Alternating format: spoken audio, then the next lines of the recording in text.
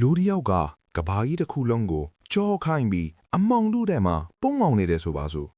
ဒါပေမဲ့ဒီနေ့မှတူချစ်ရတဲ့ကောင်မလေးတယောက်ကိုလူမိုက်တွေကဖမ်းခေါ်သွားတဲ့အခါအဲဒီလူဟာတမျိုးလုံးကလူမိုက်ဂိုင်းတွေကိုတယောက်တည်းတုတ်တင်ဖို့လက်နက်တွေကိုဖြန်ကန်လိုက်ရင်ဘာဖြစ်မလဲဒီနေ့မှာတော့တောင်ကိုရီးယား action လောကရဲ့ပြေရုတစ်ခုဖြစ်တဲ့ The Man from Now Here အကြောင်းကိုပြောပြသွားမှာပါ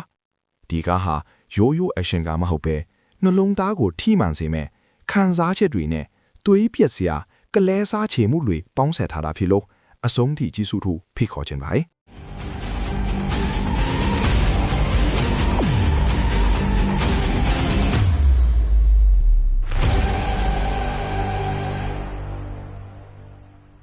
ဇလန်အစမှာတော့ကျွန်တော်တို့ရဲ့မင်းသားချာတဲစစ်ကိုအပေါင်းဆိုင်ဖွမ်းထားတဲ့လူတစ်ယောက်ဖြစ်တွေ့ရပါလိမ့်မယ်။သူဟာဘယ်သူနဲ့မှစကားမပြောလူတိုးမတိုးပဲတယောက်တည်းအထီးကျန်စွာနေထိုင်နေသူပါ။ဒါပေမဲ့သူ့ရဲ့အထီးကျန်ကဘာလေးတဲ့ကိုတိုးဝင်လာတဲ့တဦးတည်းသောသူကတော့အိမ်နီးနားချင်းကခလေးမလေးဆိုမီပါပဲ။ဆိုမီရဲ့အမေဟာမူးယစ်ဆေးဆွဲနေသူဖြစ်ပြီးခလေးမလေးကိုဂယုမဆိုင်တဲ့အတွက်ဆိုမီလေးဟာတဲစစ်ရဲ့အပေါင်ဆိုင်ကိုခဏခဏလာလဲတတ်ပါပဲတဲစစ်ကလည်းအပလင်ပန်းမှာအေးတီအေးစာနေပြီးမြင်တကယ်တော့ဒီကလေးမလေးအဖော်တန်ရိုးစဉ်ရှိနေခဲ့တာပါဆိုမီရဲ့အမေဟာမူးယစ်ဆေးဂိုင်းတစ်ခုစီကဆေးတွေကိုခိုးယူမိရာကနေပြဿနာတွေစလာပါတော့တယ်အဲ့ဒီဂိုင်းဟာတာမန်ဂိုင်းမဟုတ်ပဲလူကိုခန္ဓာအစိတ်အပိုင်းတွေကိုထုတ်ယူရောင်းစားတဲ့အလွန်ရက်ဆက်တဲ့ဂိုင်းဖြစ်နေပါတယ်ဂိုင်းသားတွေကတဲစစ်စီကိုရောက်လာပြီးဆိုမီနဲ့သူ့အမေကိုဖမ်းဆီးခေါ်ဆောင်သွားခဲ့ပါတယ်အဲ့ဒီအချိန်မှာတဲစစ်တယောက်ဘာလို့မလဲဆိုတာကြည့်ရှုသူတိုင်းရင်ခုန်ခဲ့ရပါတယ်ဒီနေရာမှာအန်ဩစရာကောင်းတာကလူမိုက်တွေဟာတဲစစ်ကိုတာမန်အပေါင်းဆိုင်ပိုင်ရှင်လို့ထင်မှတ်ခဲ့တာပါပဲဒါပေမဲ့သူတို့မသိတာကတဲစစ်ဟာအရင်ကအစိုးရရဲ့လူဝက်စစ်စင်ရေးတွေမှာပါဝင်ခဲ့တဲ့ Special Forces Agent ဟောင်းတယောက်ထင်နေတာပါတဲစစ်ဟာသူ့ရဲ့အတိတ်ကနာကျင်မှုတွေဇနီးတွေကိုဆုံးရှုံးခဲ့ရတဲ့ဒဏ်ရာတွေကိုဘေးဖယ်ပြီးဆိုဝီလေးကိုကဲထုတ်ဖို့ဆုံးဖြတ်လိုက်ပါတယ်သူဟာဆိုမီကိုရှာဖွေရင်းနဲ့ရဲတပ်ဖွဲ့ရဲ့လိုက်လံဖန်ဆီးခြင်းကိုလည်းခံရပါတယ်ရဲနေကထေးစစ်ကိုလူသက်သမားကိုထင်းနေကြပေမဲ့ထေးစစ်ကဘဲသူ့ကိုမှဂယုမဆိုင်ပဲသူ့လန်းသူရှောက်နေခဲ့ပါတယ်သူဟာလူမိုက်တွေရဲ့စခန်းတွေကိုတစ်ခုပြီးတစ်ခုဝင်ရောက်စီးနှင်းပြီးအချက်လက်တွေကိုရှာဖွေပါတယ်ဒီကြားထဲမှာသူဟာစပင်တွေကိုကိုယ်တိုင်ရိတ်လိုက်တဲ့အခန်းကတော့ရုပ်ရှင်လောကမှာအမှတ်တရအဖြစ်ဆုံးအခန်းတစ်ခုပါမယ်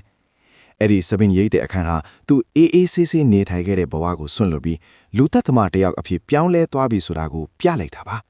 ဘယ်သူမှမထင်မှတ်ထားတဲ့အရာတစ်ခုကတော့ဒီဂိုင်းဟာခလေးလေးကိုအတုံးချပြီးမူရစ်စေထဲဟိုင်းတာတင်မကပဲအတုံးမကျတော့တဲ့ခလေးတွေကိုတတ်ပြီးမျက်လုံးနဲ့အတွင်းအင်္ဂါတွေကိုထုတ်ယူရောင်းစားနေတာကိုထေစစ်တီးလိုက်ရတဲ့အချိန်ပါပဲဒီအမှန်တရားကိုတီးလိုက်ရတဲ့အခါထေစစ်ရဲ့ဒေါသဟာအမြင့်ဆုံးကိုရောက်သွားခဲ့ပါတယ်သူဟာဆိုမီလေးရဲ့မျက်လုံးကိုထုတ်ယူလိုက်ပြီလို့ထင်မဲ့ပြီးဂိုင်းချုပ်စခန်းကိုတယောက်တည်းဝင်တိုက်ပါတော့တယ်နောက်ဆုံးတိုက်ခွေအခန်းကတော့ပြောစရာမလိုအောင်ကိုလှပါပြီးကြမ်းတမ်းလွန်ပါတယ်ထေစစ်ဟာလူမိုက်အယောက်20ကျော်ကိုဓာတ်တစ်ချောင်းနဲ့ရင်ဆိုင်ပြခဲ့တာပါအထူးသဖြင့်ဂိုင်းရဲ့ထိတ်တန်းလူသက်သမားဖြစ်တဲ့ Ramro 1နဲ့ဓာတ်ချင်းရင်ခုတ်တဲ့အခန်းကတော့ကြည့်ရှုသူတွေကိုအသက်ရှူမစီမှာအသေးချပါတယ်အရှင်ခန်းတို့ရဲ့အစီအစဉ်တရားရှိမှုနဲ့သူ၏အေးအေးနဲ့တက်ဖြတ်ပွန်တွေကဒီကားကိုတကယ် masterpiece တစ်ခုထိစေခဲ့တာပါသူ့ရဲ့ရန်သူအားလုံးကိုရှင်းလင်းပြီးတဲ့တောင်မှာတော့ထေးစစ်တရားဝမ်းနဲ့ပူဆွေးစွာတဲ့ကိုတတ်တယ်ကိုကြိုးစားခဲ့ပါလေဒါပေမဲ့အဲ့ဒီချိန်မှာတဲ့ပုံအောင်နေတဲ့ဆိုမီလေးကထွက်လာပြီးဦးလေးလို့ခေါ်လိုက်တဲ့ခါမှာတော့တကားလုံးမှာခန်းစားခဲ့ရတဲ့တင်းမာမှုတွေဟာပျော်ရွှင်တဲ့မျက်ရည်တွေဖြစ်ပြောင်းလဲသွားခဲ့ပါလေဆိုမီရဲ့မျက်လုံးကိုတကယ်မထောက်ခဲ့ပဲဂိုင်းကလူသက်သမား Ramro 1ကထေးစစ်ရဲ့အထက်တီကိုလေးစားတဲ့အတွက်ကလေးမလေးကိုခြံထားပေးခဲ့တာပါဇလန်ရဲ့နေကုန်းမှာတော့ထေးစစ်ဟာရဲတွေရဲ့ဖန်ဆီးခြင်းကိုခံလိုက်ရပြီမြဲသူ့မျက်နှာမှာတော့စိတ်အေးသွားတဲ့အရေးအယောင်တွေကိုမြင်တွေ့ရမှာပါသူဟာဆိုမီလေးတွေကြောင်းထုံးသစီတွေဝေပေးခဲ့ပြီးတယောက်တည်းနေရတာမကြောက်နဲ့တော့လို့ပြောခဲ့တဲ့စကားကတကယ်ကိုရင်ထဲထီစေပါတယ်ဒီကားဟာကျမတို့အတွက်မိခွန်းတစ်ခုခြံထားခဲ့ပါတယ်ခင်ဗျားတို့ကကိုယ့်အတွက်အရေးအကြီးဆုံးလူတစ်ယောက်အတွက်ဒါမှမဟုတ်မမျှတတဲ့လောကကြီးကိုစန့်ကျင်ဖို့အတွက်ဘလောက်အထိစွန့်စားရဲကြလဲထေးစိတ်လိုမျိုးတကဘာလုံးကိုရန်သူလုပ်ပြီးကိုယုံကြည်ရာကိုကာကွယ်မှာလားcomment မှာခင်ဗျားတို့ရဲ့အမြင်တွေကိုရေးပေးသွားပါအောင်ခင်ဗျာ အခုလိုရုပ်ရှင် review တွေကိုစိတ်ဝင်စားတယ်ဆိုရင်နောက်ထပ်ပေးကားကိုဖြိုးပြပေးရမလဲဆိုတာကိုလည်းအကြံပေးခဲ့ကြပါအောင်ခင်ဗျာအားလုံးကိုကျေးဇူးတင်ပါတယ်